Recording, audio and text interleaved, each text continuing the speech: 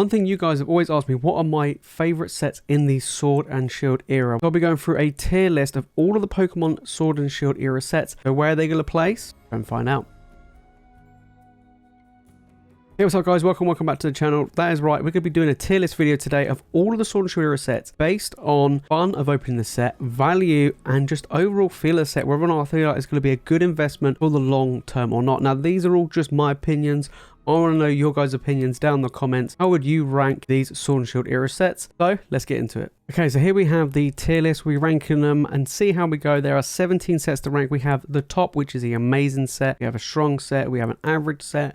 We have a weak set, and we have trash. I mean, absolute trash, okay? So we're going to be going through each of them. So first off, we have Pokemon Go. Now, originally, I was thinking about Pokemon Go is going to be absolutely amazing. I thought that when the set was going to come out, I thought it was going to be a really good set. The downside is I think it came out a little bit too late. I kind of feel like if it came out a few years ago, it'd be okay. The ETBs are great. You know, overall, it's a fun product to open. But the downside is financially, it's not very good. The set is kind of iconic. You know, it's very unique in its own right. I would put it in weak. I would say Pokemon Go overall would be a weak set. I wouldn't say it's a great set. I would say it's a bit on the weaker side in my opinion. Right, next up we have Battle Styles. Now, Battle Styles is a bit weak. The pull rates aren't too great.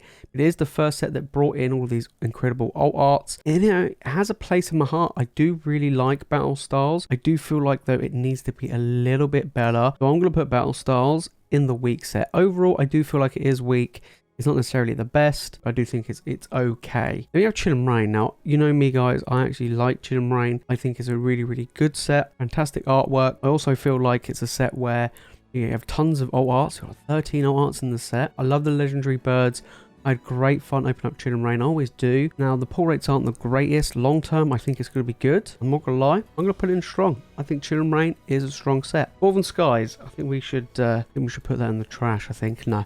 Evolving Skies is fantastic. I do feel like Evolving Skies is one of the best sets in modern Pokemon. In all honesty, I thought Hidden Fates would be, but I think Evolving Skies may just overtake Hidden Fates in my opinion. It is that strong. You know, incredible alt arts. The financial value of it is just going through the roof right now. Pull rates are terrible, but overall it is the set that everybody wants. I think it puts a benchmark into where Pokemon should design sets in the long run. In the fact is you have just jam-packed full of amazing alt arts and chase cards that people genuinely want, and there's a lot of them, if you know what I mean. So yeah, I would say Evolving Skies is an amazing set. Next up we have Fusion Strike. Now, Fusion Strike is a really good set. I like it. Fusion Strike is good. It's fun. Love the artwork. I didn't really collect it to begin with. I'm not gonna lie. I didn't buy any. I didn't open any. I didn't really care. I'm not gonna lie about Fusion Strike. Now, the Espeon's beautiful. Gengar's amazing. And the Mews are really nice in the set. But for me, I do feel like the pull rates are tough. Massive set. Really makes it, in my opinion, really difficult to get the pulls. Financial value is climbing, but I feel like because of the size of the set, and for me, there's not that many chase cards in it, which I personally want either. You got maybe one or two big cards that people really want. I'm going to put it in an average set. It is pretty average. It doesn't have a trainer gallery. I do feel like Chill and Rain's a bit better than Fusion Strike. Overall, I think it's pretty good. Okay, Celebrations. Now, Celebrations was an interesting one because Celebrations, everybody loved it. I mean, everybody opened Celebrations. Everybody, you know, everything about it is just absolutely incredible, in my opinion. Now, the Classic Collection, brilliant. You know, only came in ETBs and supplemental products.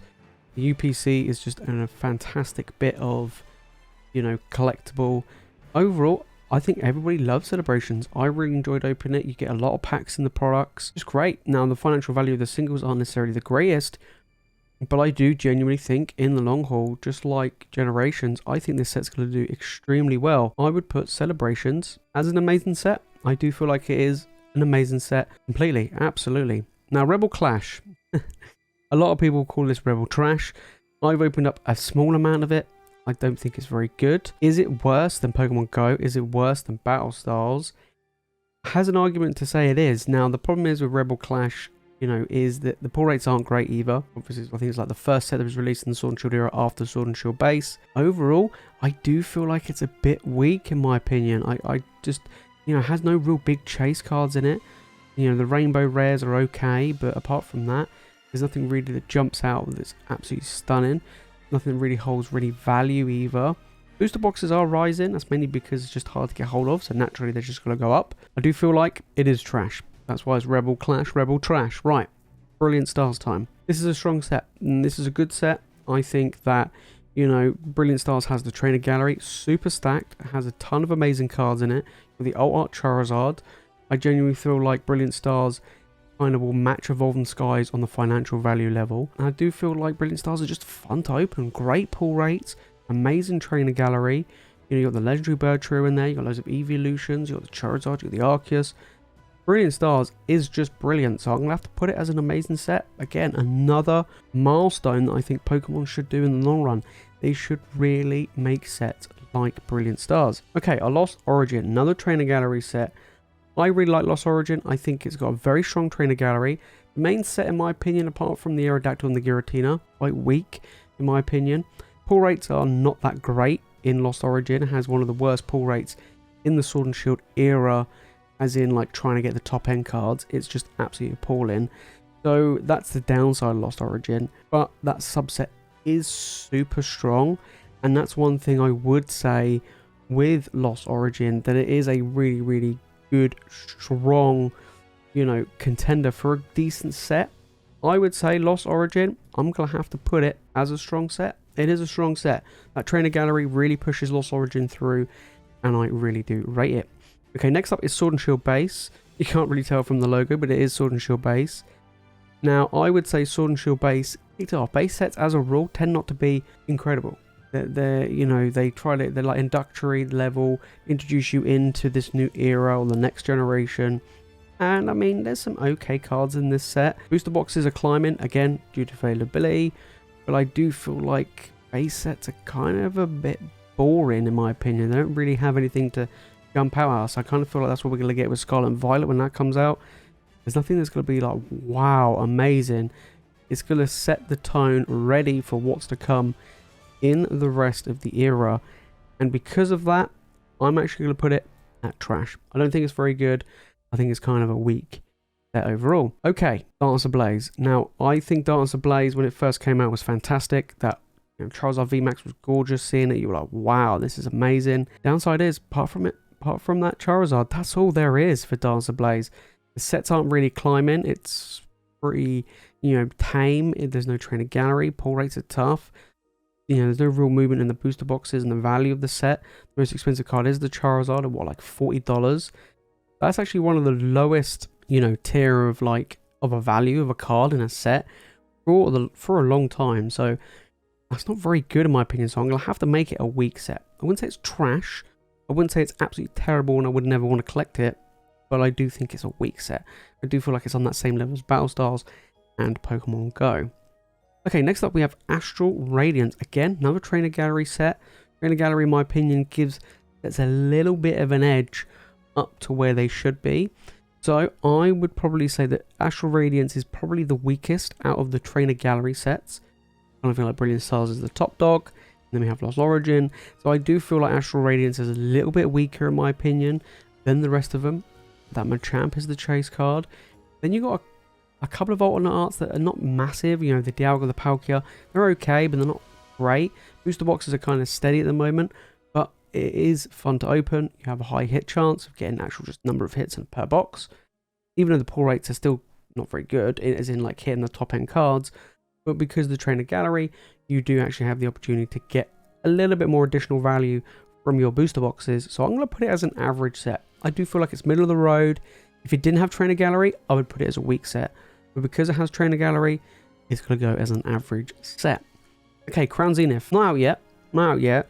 But from what we've seen so far from V-Star Universe going into Crown Zenith, to finish off, you know, the Sword and Shield era, it's finishing off really good in my opinion. It's a specialist set, holiday set, doesn't have booster boxes, only an ETBs.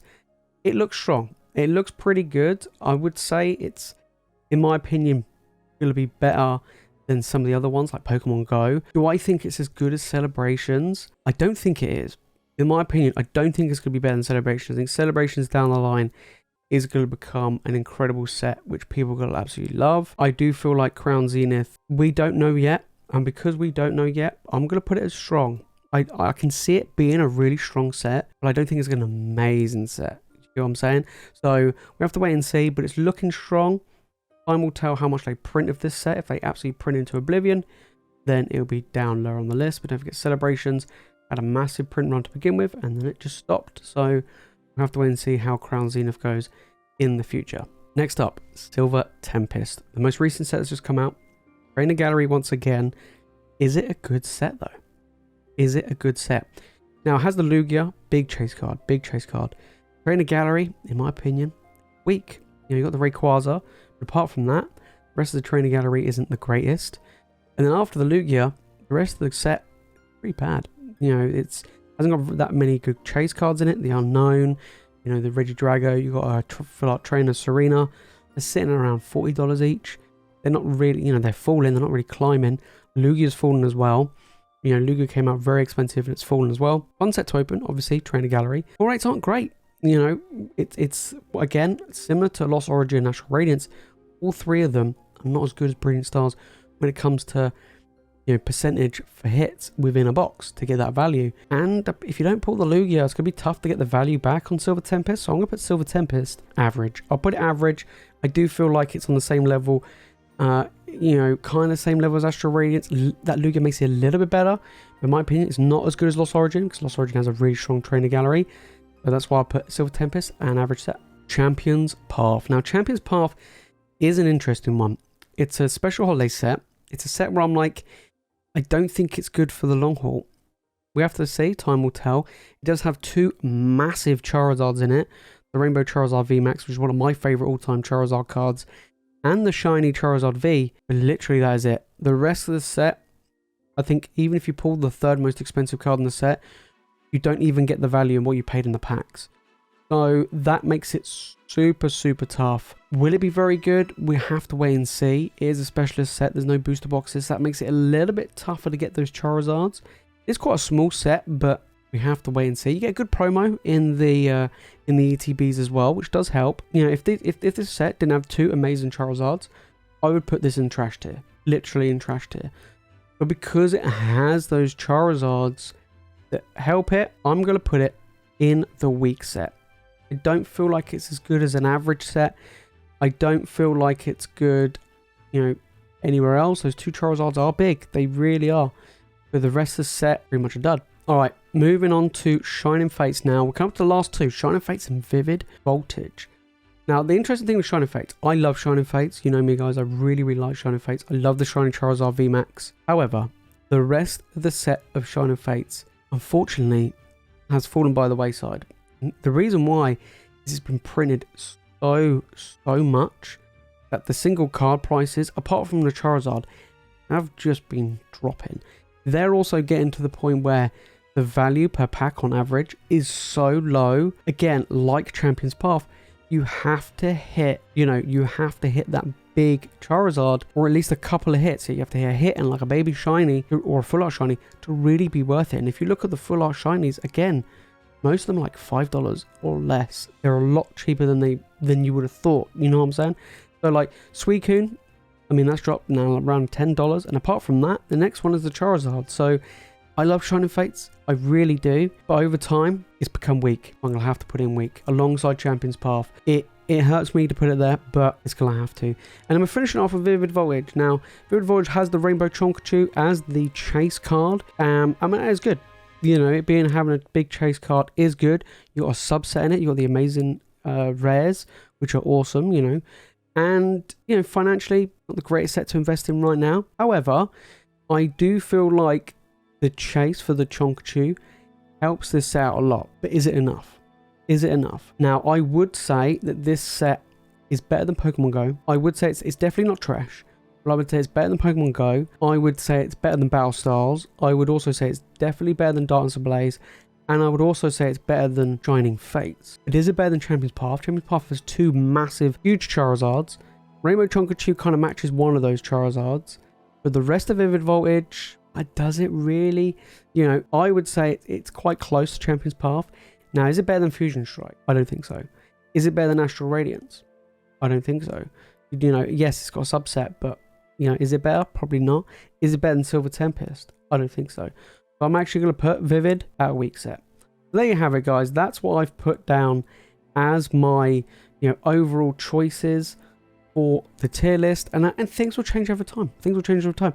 I will do an update of this down the line when we go through and see how well these sets perform and how well the single cards perform. But moving forward, they keep doing sets like Brilliant Stars or the Trainer Gallery sets, especially Evolving Skies and Celebrations. They are incredible sets, which I would love to see them do in the long run. Chin Rain's a good one. Started off weak, ended up strong.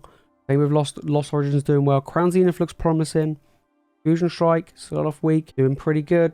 I'd say average, could move into strong. We have to wait and see. Astral Radiance, it's average. Trainer Gallery helps it. Without Trainer Gallery, it would be weak. Same with Silver Tempest, the Lugia, and the Trainer Gallery push up the average tier. And then weak sets, Pokemon Go, pretty weak. Battle Styles, I think anything really doesn't have a subset would probably be weak, with the exception of Shining Fates and Vivid Voltage. Shining Fates has the problem of being overprinted, and Vivid Voltage has been printed a lot, and Vivid Voltage only has one chase card. It is big, it is the big Chonkachu, but it's not enough in my opinion. So there you have it, guys. There you have it, guys. Those are my tier lists. Let me know down in the comments, how would you rank these? Don't forget, this is just my opinion on opening up the sets. How fun do I find them to be? Do I feel like these are going to be great investments for the long haul? And just the overall feel of the set. I kind of feel like now we've had a taste of subsets in Trainer Gallery and the Galarian Gallery from Crown Zenith, but I kind of feel like Pokemon need to continue with these subsets or similar to a subset moving forward, especially we're getting 3 foils per pack. I do feel like in the Scarlet and Violet era, I hope we get some more incredible alt arts and some subsets in the packs to make it more valuable and fun to open. That's the main important thing. So anyway, guys, if you enjoyed this video, make sure to smash that like button and subscribe for more Pokemon content. And like I say, guys, let me know down in the comments, and I want to see how you rank your favorite Sword and Shield era sets. Anyway, guys, that is it from me in this video. Thank you all so much for watching. As always, you guys are the legends. And I'll see you all in the next one.